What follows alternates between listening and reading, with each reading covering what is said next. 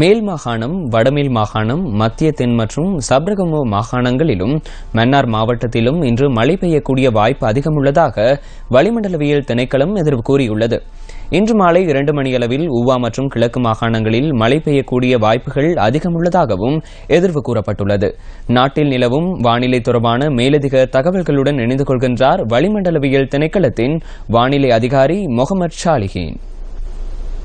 மத்திய சப்ரகமுக, மேல், வடமேல் மற்றும் தென் மாகாணங்களிலும் மன்னார் மாவட்டத்திலும் இடைக்கிடையே மழை அல்லது இடியுடன் கூடிய மழை பெய்யக்கூடும். கிழக்கு மற்றும் ஊவா மாகாணங்களின் சில இடங்களில் பிற்பகல் 2 மணிக்கு பின்னர் மழை அல்லது இடியுடன் கூடிய மழை பெய்யக்கூடும். நாடு முழுவதிலும் குறிப்பாக மத்திய மலை பிரதேசங்களின் மேற்கு சரிவுகளில் ஓரளவு பலத்த காற்று வீசக்கூடும். கடல் பிராந்தியங்களை பொறுத்தவரையில் காங்கேசன்துறை தொடக்கம் மன்னார், புத்தளம், கொழும்பு ஊடாக காலி வரையான கரையோரத்துக்கு அப்பாலுள்ள கடல் பிரதேசங்களின் பல இடங்களில் மழை அல்லது இடியுடன் கூடிய மழை பெய்யக்கூடும். காற்று மணித்தியாலத்துக்கு 30 முதல் 40 கிலோமீட்டர் வேகத்தில் தென்மேற்கு திசையில் இருந்து வீசும். புத்தளம் தொடக்கம் மன்னார், காங்கேசன்துறை ஊடாக முல்லைத்தீவு வரையான குறிப்பாக மன்னார் குடா கடல் பிராந்தியத்திலும், அத்துடன் மட்டக்களப்பு தொடக்கம் பொத்திவில் ஊடாக ஹம்பாந்தோட்டை வரையான கடல் பிராந்தியங்களிலும் காற்றின் வேகமானது அடிக்கடி மணித்தியாலத்துக்கு 60 முதல் 65 கிலோமீட்டரிலும் அதிகரித்த வேகத்தில் வீசக்கூடும். கடல் பிரதேசங்கள் இடைக்கிடையே சற்று கொந்தளிப்பான நிலையில் காணப்படும்.